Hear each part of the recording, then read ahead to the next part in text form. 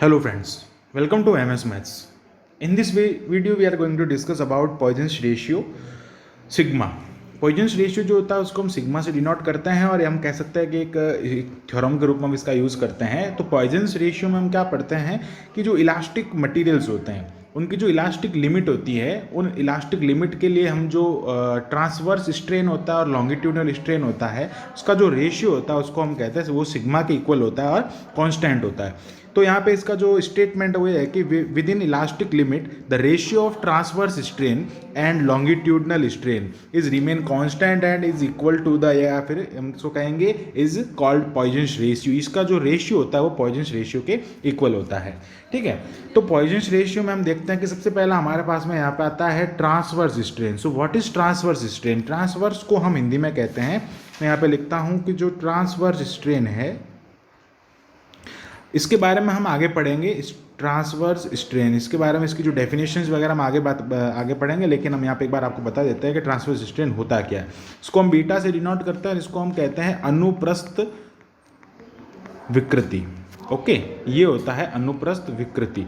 अनुप्रस्थ विकृति का मतलब ये होता है ट्रांसवर्स विकृति का, यानी कि ट्रांसवर्स जो स्ट्रेन होता है उसका मीनिंग ये होता है कि जो हमारा लॉन्गिट्यूडनल स्ट्रेन होता है, एक बार वो भी मैं यहाँ पे लिख लेता हूँ।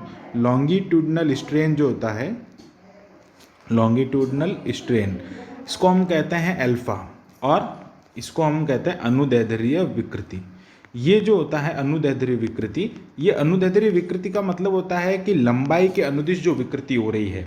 यानी कि हम अगर बात करें इस वायर की, एक हम यहाँ पे एक वायर ले लेते हैं, इस वायर में हम क्या करें, इसकी लंबाई के अनुदिश, लंबाई के अलोंग, लेंथ के अलोंग हम पे जो है डिफॉर्मिंग फोर्स अप्लाई करते हैं, तो इसमें क्या होता है, यहाँ पे विकृति होती है। तो इसकी जो अंतिम स्थिति, यानी कि हम क्या कहेंगे, जो स्ट्रेन का जो फॉर्मूला होता है अल्फा के लिए होता है डेल्टा एल अपॉन एल, यानी कि ये हो जाएगा उसकी चेंज ऑफ लेंथ अपॉन क्या हो जाएगा, उसकी इनिशियल लेंथ। और बीटा की अगर बात करें तो इस लेंथ के परपेंडिकुलर, जैसे यहाँ पे मैं एक वायर बना के आपको बताता हूँ, मान लेते हैं ये इस टाइप का एक वायर है, हम क्या कर रहे हैं, इसके अलोंग अगर नीचे की और यहाँ पे जो है हमारा जो लॉन्गिट्यूडनल स्ट्रेन है उसको यहाँ पे अप्लाई कर रहे हैं। तो लॉन्गिट्यूडनल स्ट्रेन तो क्या हो जाएगा, delta L upon L, but हम इसका जो डायमीटर ले रहे हैं वो हम डी लेट कर रहे हैं। तो इसके डायमीटर के अलोंग, यानी कि यहाँ पे जो स्ट्रेन लगेगा, यहाँ पे जो स्ट्रेन अप्लाइड है, अप्लाइड स्ट्रेन को हम क्या कहेंगे, ट्रांसवर्स स्ट्रेन। यानी ट्रांसवर्स स्ट्रेन जो होता है वो लॉन्गिट्यूडनल स्ट्रेन के परपेंडिकुलर लगता है, इसको हम कहते हैं डेल्टा डी अपॉन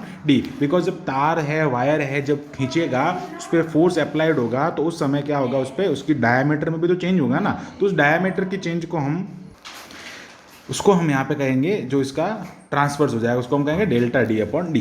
देन हम यहाँ पे आगे बात करते हैं इसका फॉर्मूला क्या हो जाएगा। अच्छा, जो बीटा है उसको हम यहाँ पे कहेंगे डेल्टा डी अपॉन डी हो जाएगा इसका फॉर्मूला। डी जो है वो डायमीटर है किसी भी वायर का या किसी ऑब्जेक्ट को हम यहाँ पे लेंगे। तो यहाँ पे इसकी डेफिनेशन भी लिखी हुई कि transfer strain is define as the relative change in the diameter और थिकनेस। जो भी हम वायर यूज़ कर रहे हैं, जो भी ऑब्जेक्ट यूज़ कर रहे हैं, और उसकी थिकनेस जो है उसके लिए means perpendicular direction of the longitudinal strain. ये लॉन्गिट्यूडनल जो स्ट्रेन होता है उसके परपेंडिकुलर डायरेक्शन में होता है। हमने यहाँ पे इसकी जो डेफिनेशन है उसको लिख लिया है। देन यहाँ पे बात करते हैं कि जो सिग्मा होता है, पॉइजन्स रेशियो होता है, वो बीटा अपॉन अल्फा होता है। यानी कि ये कौन सा स्ट्रेन है, इसको हम कहेंगे ट्रांसवर्स स्ट्रेन अपॉन यहाँ पे लिखेंगे लॉन्गिट्यूडनल स्ट्रेन। तो जो ट्रांसवर्स स्ट्रेन होता है वो डेल्टा डी अपॉन डी होता है, longitudinal strain delta L upon L होता है। और हम इसको थोड़ा सा और अगर लिखें सिंप्लीफिकेशन करने पे तो डेल्टा डी इंटू एल और डी इंटू डेल्टा एल, ये इस टाइप से हमारा हो जाएगा Poisson's ratio. Okay, so I hope आपको ये वीडियो समझ में आया होगा, जिसमें हमने यहाँ पे जो इसकी डेफिनेशंस के बारे में बात किया, पॉइजन्स रेशियो के बारे में। पॉइजन्स रेशियो का जो यूज़ है यहाँ पे, जो बीटा और अल्फा जो होते हैं, इनका यूज़ हम आगे जो डेरिवेशन है उसमें करेंगे, जिसमें हम यहाँ पे वाई के नीटा या फिर वाई के सिग्मा पॉइजन्स रेशियो में जो रेशियो जो रिलेशन होता है वो फाइंड करेंगे, तो उसमें हमारे ये वाला जो है यूज़ होगा। देन बात करते हैं यहाँ पे हमारा नेक्स्ट टॉपिक आता है यहाँ पे relation along the bulk modulus, Young modulus and Poisson's ratio. Young जो बल्क मॉडुलस होता है उसको हम के से रिप्रेजेंट करते हैं, यंग मॉडुलस होता है उसको वाई से रिप्रेजेंट करते हैं, और पॉइजन्स रेशियो को हम सिग्मा से रिप्रेजेंट करते हैं। तो इनमें जो रिलेशन होता है उस रिलेशन को हम यहाँ पे फाइंड करेंगे, और वो रिलेशन यहाँ पे होता है आपके पास में, वो रिलेशन हो जाएगा y is equal to 3k1 - 2 sigma हो जाएगा। ओके, इसको हम लिखेंगे y is equal to 3k1 - sigma, इसको हम कहते हैं, ये रिलेशन होता है, रिलेशन अलॉन्ग y3 के रिलेशन हो जाएगा y के और सिग्मा के बीच का रिलेशन। तो यहाँ पे इस रिलेशन को समझने के लिए सबसे पहले हमने यहाँ पे कंसीडर किया है यूनिट क्यूब। यूनिट क्यूब को यहाँ पे कंसीडर किया है। यूनिट क्यूब की हम यहाँ पे जो है वैल्यू, यूनिट क्यूब का मतलब हो जाएगा इसकी कोई भी अगर आप डायरेक्शन लोगे तो वो किसकी क्या है, 1 है, उसका जो उसका मैग्नीट्यूड हो जाएगा 1। कोई भी डायरेक्शन की लेंथ ले रहे हैं 1 यूनिट, 1 सेंटीमीटर, मीटर, जो भी आप इसको कंसिडर कर रहे हैं वो ये हो जाएगा। देन ये हो जाएगा एक्स एक्सिस, ये हो जाएगा वाई एक्सिस और ये हो जाएगा जेड एक्सिस। हमने यहाँ पे अलग अलग जो हमारा एक्सिस है 3D में हमने इसको रखा है। तो फर्स्ट हम बात करते हैं कि the volume of cube before applying the force. हम इस पर कोई फोर्स अप्लाई नहीं कर रहे, कोई डिफॉर्मिंग फोर्स अप्लाई नहीं कर रहे जो इसके शेप एंड साइज को चेंज करता है। उसके बिफोर यानी कि उससे लगाने से पहले अगर हम इसका वॉल्यूम की बात करें तो यहाँ पे लिखते हैं volume of cube. Volume of cube before applying any force. कोई भी फोर्स लगाने से पहले हम उसका वॉल्यूम की बात करें तो वो हो जाएगा 1 इंटू, बिकॉज जो वॉल्यूम होता है क्यूब का वो 1 होता है, यानी a² होता है और साइड क्या है इसकी 1 है, तो इसका वॉल्यूम क्या हो जाएगा 1 हो जाएगा। यहाँ पे हम लिखेंगे इसका वॉल्यूम को यहाँ पे 1 लिख लेंगे, ये हो जाएगा इसका volume 1 metre square, sorry 1 metre cube हो जाएगा। अब हमको क्या करना है यहाँ पे, तो यहाँ पे हम क्या कर रहे हैं, जो वॉल्यूम है वो हमने फाइंड कर लिया है। और अब हम यहाँ पे क्या फाइंड करेंगे, इसमें जब फोर्स अप्लाई करते हैं तो इसकी लेंथ में क्या क्या चेंजिंग होता है। अब लेंथ में चेंजिंग को हम देखने से पहले हमको क्या करना पड़ेगा कि इंक्रीजिंग लेंथ की डायरेक्शन में जो फोर्स है और डिक्रीजिंग लेंथ की डायरेक्शन यानी कि उसकी अपोजिट फोर्स है, वो फोर्स हम यहाँ पे फाइंड करेंगे। तो फर्स्ट हम यहाँ पे लिखेंगे इंक्रीजिंग लेंथ में, ऐसे ये जो है इसको ये जो एरो है वो इंक्रीजिंग को रिप्रेजेंट कर रहा है। Increasing length in direction, increasing length in direction of force. Force की डायरेक्शन में क्या होगा, इंक्रीजिंग लेंथ होगा, यानी इट मीन्स यहाँ पे फोर्स क्या होगा, जाएगा अल्फा इंटू एफ हो जाएगा। अल्फा इंटू एफ का मतलब यहाँ पे क्या हो गया, अल्फा जो है वो लॉन्गिट्यूडनल स्ट्रेन है। ओके, ये इसको हम कहेंगे longitudinal strain, longitudinal strain, longitudinal strain. Okay, ये हो जाएगा अनुदैर्ध्य विकृति। देन हम यहाँ पे क्या करेंगे कि इसको आगे और सॉल्व करेंगे। इसको हम यहाँ पे इस इक्वेशन नंबर 1 कह देंगे और ये हो जाएगा इक्वेशन नंबर 1। और इस इक्वेशन नंबर 1 अब हम इसको आगे यहाँ पे सॉल्व करेंगे। तो आगे हम यहाँ पे सॉल्व करने पे क्या लिखेंगे कि जो डिक्रीजिंग लेंथ है, decreasing length in direction, decreasing length in direction of force. तो फोर्स की डायरेक्शन में जो डिक्रीजिंग लेंथ है उसको हम क्या कहेंगे, बीटा एफ कहेंगे। अब डिक्रीजिंग क्यों हो रही है, देखो यहाँ पे अगर हम जो लॉन्गिट्यूडनल लेंथ है जिसकी फोर्स की डायरेक्शन में अगर इंक्रीजिंग लेंथ की बात करेंगे तो उस टाइम हम अल्फा इंटू एफ लिखेंगे।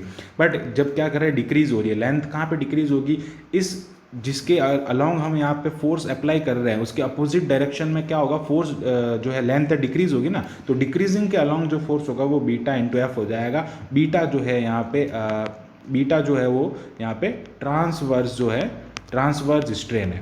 ओके, हम यहाँ पे ये वाली वैल्यू फाइंड कर लेंगे। अब हमको क्या करना है यहाँ पे कि जो वॉल्यूम स्ट्रेन होता है, वॉल्यूम स्ट्रेन क्या होता है उसको हम यहाँ पे लिखेंगे कि वॉल्यूम स्ट्रेन जो होता है, या फिर इसको हम बल्क वॉल्यूम स्ट्रेस या बल्क स्ट्रेस कहते हैं, जिसको यानी हिंदी में इसको कहते हैं प्रतिबल। तो आयतन प्रतिबल जो होता है ना, आयतन प्रतिबल होता है F/A। ओके, अब ए जो है वो एफ हो जाएगा, ए जो है एरिया जो हो जाएगा एक सरफेस का 1 इंटू 1 क्या हो गया, ये एफ हो जाएगा, यानी कि वॉल्यूम स्ट्रेस सीधा जो है वो फोर्स के इक्वल होगा। अब हमको क्या करना है कि लेंथ फाइंड करनी है क्यूब की, लेंथ क्यूबिक जो लेंथ ऑफ यहाँ पे लिखेंगे लेंथ ऑफ क्यूबिक सरफेस, जो क्यूबिक की जो सरफेस है, length of cubic surface after applying the force. Force apply करने के बाद में जो लेंथ होगी उसकी हमको यहाँ पे फाइंड करनी है। तो फर्स्ट हमको लेंथ फाइंड करनी है एक्स डायरेक्शन में। तो जो यहाँ पे देखेंगे कि एक्स डायरेक्शन में अगर हम यहाँ पे फोर्स फाइंड करते हैं तो उस टाइम पे इसमें क्या चेंज होगा, तो जब एक्स डायरेक्शन में फोर्स लेंगे तो उस टाइम पे भी क्या होगा, अल्फा एफ माइनस क्या होगा, बीटा एफ, बिकॉज अल्फा के परपेंडिकुलर कौन है, वाई एक्सिस। ओके, अल्फा के परपेंडिकुलर वाई एक्सिस है, तो वाई एक्सिस में क्या होगा, चेंज होगा। फिर यहाँ पे क्या ले रहे हैं, बीटा एफ, उसमें भी ये किसके लिए हो जाएगा, जेड, ये एक्स के लिए हो गया, वाई के लिए हो गया, जेड के लिए होगा। एक्स में क्या होगा, प्लस होगा, बाकी दोनों क्या हो जाएंगे, बाकी दोनों माइनस हो जाएंगे। ऐसे अगर वाई में बात करेंगे तो वाई में क्या हो जाएगा, ये हम यहाँ पे लेंगे तो ये वाला जो है वो वाई के लिए हो जाएगा, बाकी क्या हो जाएगा, एक्स एंड जेड के लिए हो जाएगा। जब हम जेड के अलोंग लेंगे तो उस टाइम पे क्या हो जाएगा, यहाँ पे L Z is equal to L Z is equal to 1 plus alpha F हो जाएगा, और यहाँ पे हो जाएगा माइनस बीटा एफ माइनस ये हो जाएगा बीटा एफ। ओके, अब ये किसके लिए होगा, जेड के लिए होगा, ये एक्स के लिए और ये वाई के लिए हो जाएगा। इस टाइप से आप यहाँ पे इसको कंसिडर कर सकते हैं। और यहाँ से हमारे पास में ये 3 इक्वेशन आती है जिसको हम A equation, equation B and equation C यहाँ से लेट कर सकते हैं। तो अब क्या करना है, इक्वेशन सी हमने लेट कर लिया। अब इन दोनों इक्वेशन को यहाँ पे वॉल्यूम फाइंड करना है। देखो हमने पहले जो वॉल्यूम फाइंड किया उसकी वैल्यू तो क्या आ रही है, 1 यूनिट आ रही है, यानी before applying the deforming force and after applying the deforming force से हमको क्या करना है, वॉल्यूम फाइंड करनी है। Volume is equal to L X L Y and L Z, ये दोनों क्या हो जाएगा, वो जो क्यूब था अब वो क्यूब हमारा क्यूबॉइड में चेंज हो जाता है। तो क्यूबॉइड में चेंज होने के बाद में क्या होगा, उसका वॉल्यूम क्या होता है, length into breadth into height. तो यहाँ से क्या हो जाएगा, L X L Y and L Z. So volume is equal to क्या हो जाएगा, 1 plus alpha F minus beta F minus क्या हो जाएगा, बीटा एफ हो जाएगा, जिसका होल क्यूब हो जाएगा, बिकॉज तीनों की जो वैल्यू है वो सेम वैल्यू है। अब क्या करेंगे, यहाँ पे इसका होल क्यूब ओपन करेंगे। तो होल क्यूब यहाँ पे ओपन करने से पहले हम क्या करते हैं, इसको थोड़ा सिंप्लीफाई कर रहे हैं। जैसे यहाँ पे ये दोनों ऐड हो रहा है तो इसको लिखेंगे 1 प्लस अल्फा एफ माइनस ये हो जाएगा 2 बीटा एफ। ओके, ये हो जाएगा 2 बीटा एफ होल क्यूब हो जाएगा। और ये इसको हम लिखेंगे v is equal to 1 plus, हम अगर इसमें से f को अगर कॉमन लें तो अल्फा माइनस ये हो जाता है 2 बीटा होल क्यूब। अब यहाँ से क्या करेंगे, इसको a लेट करेंगे पूरे को, और इस पूरे को क्या लेट करेंगे, b लेट करेंगे। हमको यहाँ पे इसका जो होल क्यूब है वो ओपन कर देंगे। तो इसको हम क्या लेट कर रहे हैं, v डैश लेट करेंगे। ओके, ये है आफ्टर अप्लाइंग द फोर्स। तो यहाँ पे हम लिखेंगे after volume after v dash is equal to volume after applying the force. Force apply करने के बाद में जो वॉल्यूम हो रहा है वो ये है। तो v डैश की वैल्यू को हम यहाँ से फाइंड करेंगे। तो v dash is equal to हो जाएगा a cube plus b cube. Okay, alpha minus ये हो जाएगा 2 बीटा होल क्यूब प्लस क्या हो जाएगा आगे 3a square and b। Okay, यहाँ पे तो हो जाएगा 3a स्क्वायर हो गया यहाँ पे, और यहाँ पे हम लिखेंगे इसको f alpha minus 2 beta plus लिखेंगे आगे वापस हो जाएगा 3ab स्क्वायर। तो ये हो जाएगा f square alpha minus 2 beta whole square. अब क्या करना है, यहाँ से इसको यहाँ से हम क्या करेंगे कि जो हाईएस्ट पावर है उसको नेगलेक्ट करेंगे। तो हाईएस्ट पावर कौन सी, एक ये वाली हाईएस्ट पावर है और एक ये वाली हाईएस्ट पावर है। तो यहाँ पे हाईएस्ट पावर को नेगलेक्ट करेंगे। तो हाईएस्ट पावर को नेगलेक्ट करने के बाद में हमारे पास में वैल्यू आता है 1 plus 3f alpha minus 2 beta. Okay, हमारे पास में टर्म एक ये बचेगा और एक ये वाला टर्म जो है वो रिमेन यहाँ पे रिमेनिंग रहेगा। तो हमने उसको क्या कर दिया, लिख लिया अलग। इसको हम लिखेंगे इक्वेशन नंबर 2। अब क्या करना है, हमको वॉल्यूम डिफरेंस फाइंड करना है। तो वॉल्यूम डिफरेंस कैसे फाइंड करेंगे, यहाँ पे हम लिखेंगे चेंज इन वॉल्यूम। तो वॉल्यूम का जो चेंज होता है वो क्या होता है, final volume minus initial volume. तो यहाँ पे क्या लिखेंगे, चेंज इन वॉल्यूम। तो चेंज इन वॉल्यूम हमको फाइंड करना है तो क्या लिखेंगे, delta V is equal to V dash minus V. Okay, अब वी डैश माइनस वी का मतलब क्या हो गया, वी डैश क्या है 1 plus 3f alpha minus 2 beta. और हमारा जो इक्वेशन नंबर 1 से अगर हम बात करें वॉल्यूम क्या है 1 मीटर क्यूब है ना, तो यहाँ पे क्या आ जाएगा माइनस ये हो गया 1। अब माइनस 1 से 1 कट हो जाता है तो हमारे पास में आता है 3f अल्फा माइनस 2 बीटा। हम यहाँ पे क्या लिखेंगे, ये हो जाएगा हमारे पास में delta v is equal to 3f alpha minus 2 beta. Okay, ये होगी हमारी इक्वेशन नंबर 3। इसका हम यहाँ पे आगे यूज़ करेंगे। इसका यूज़ कैसे करेंगे वो हम यहाँ पे देखेंगे। बट हमको यहाँ पे रिलेशन किस में फाइंड करना है, वाई के एंड सिग्मा। अभी तक हमारे पास में इन तीनों में से कोई भी जो है साइन हमारे पास में नहीं आया, कोई भी फिजिकल क्वांटिटी यहाँ पे नहीं आया। तो उसको हमको लाना पड़ेगा। तो उसके लिए हम क्या यूज़ करेंगे, बल्क मॉडुलस जो होता है ना, बल्क मॉडुलस होता है के का मीनिंग होता है कि F अपॉन ए, यानी कि volume stress upon volume strain, यानी डेल्टा V बाई V। ये होता है volume stress upon volume strain. Okay, यानी कि आयतन प्रतिबल बटा आयतन विकृति होता है। आयतन मॉडुलस कहते हैं, बल्क मॉडुलस इसको हिंदी में कहते हैं, इंग्लिश में।